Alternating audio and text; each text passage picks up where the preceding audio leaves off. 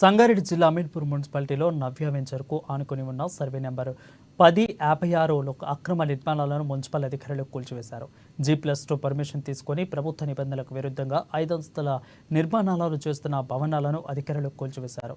ప్రభుత్వ నియమ నిబంధనలకు విరుద్ధంగా ఎవరు అక్రమ కట్టడాలు నిర్మించితే ఉపేక్షించేది లేదని హెచ్చరించారు.